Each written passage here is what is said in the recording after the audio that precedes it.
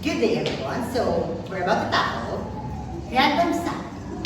So, in random sampling, we have the population and sample. The first one is population. Population is set of all possible values of a particle. So, sa population, nandito lahat ng mga sample or lahat ng mga gagamitin natin under random sampling. Then, the next one is sample.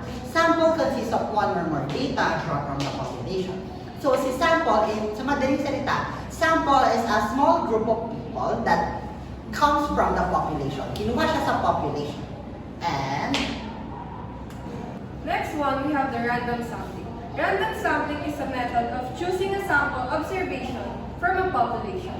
For example, if you randomly selected 1,000 people from a town with a population of 100,000, each resident or each person had a probability of 0.01 probability.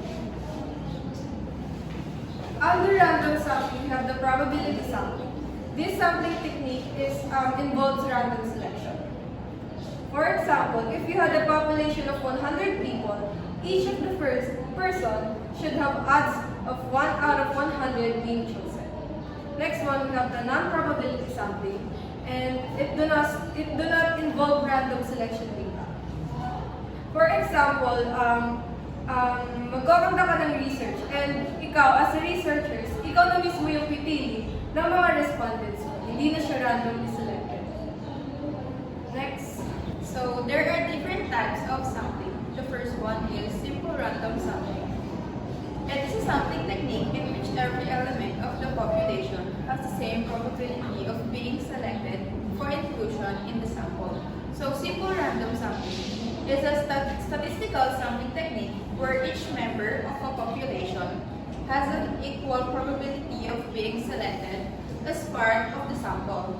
It is a basic method used to obtain a representative subset of a larger population. So simple random sampling is widely used in various fields, including social sciences, market research, and opinion polling, as it provides a fair and unbiased method of selecting a sample from a population. Example, fishbowl, Slavin's formula, table of random numbers, the names of 100 soldiers will be chosen out of a box containing all the names of the 500 soldiers.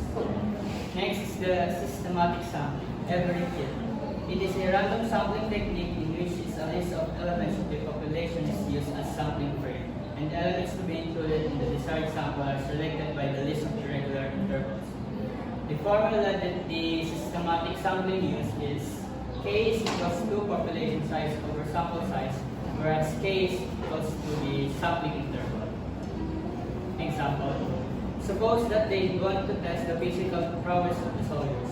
With systematic random sampling, they can choose between every fourth, fifth, sixth soldier in the unit. Then they can conduct a physical test. To make it clear, let's say that we will use a battalion as the population size, which contains 1,000 soldiers, that contains multiple units, whereas they consist of 10 soldiers each. So now our population will be 1,000 and sample size will be 10. Let's now substitute. K is equals to population size which is 1,000 and sample size which is 10. 1,000 over 10 or 1,000 divided by 10 is equals to 100. The answer will be K is equals to 100. 100 is the sampling interval, which means that in every 100 soldiers, the instructors or sergeants will pick that one soldier to do the physical test. stratified random sampling. Stratified random sampling is a technique in which the population is first divided into block, and then samples are randomly selected separately from each data. So, let's have an example. If we count all those male, female, and those that do not identify with them in the school, but we need to choose those who are going to the sample. So, for example, we have our population male, and others. And the female students are 120, male students are 110, other students are 100. So, ito total natin siya, i-add natin siya na, which is 120 plus 110 plus 100 is equals to 330.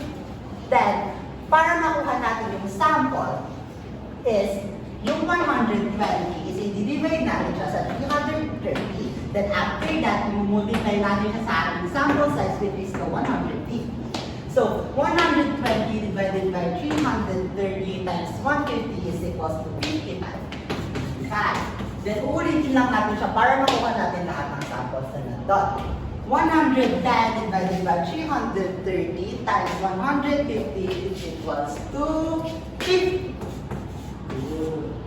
Then 100 divided by 330 times 150 is equal to 45. Then after that, i-add natin lahat ng sample, 55 plus 50 plus 45 is equals to 150. Dapat magiging po siya since siya nga yung sample, total sample. Next one, we have the cluster sample. The entire population was broken into small groups of clusters, then some of the clusters are randomly selected. Cluster sampling is a probability sampling approach in which a population is divided into clusters, such as districts or schools, and some of these clusters are randomly selected as your sample. Each cluster should ideally be mini representation of the entire population.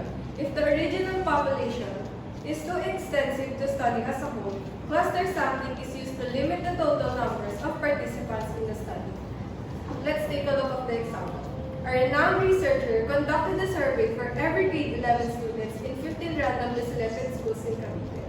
For example, we are conducting a research and yung respondents namin ay buong Cavite. In order for us to gather information and the responses, kukuha kami ng mga representatives sa bawat barangay. We are Group 4. I am Keisha Calargoco. I am Martin Campos. I'm Ms. Delera.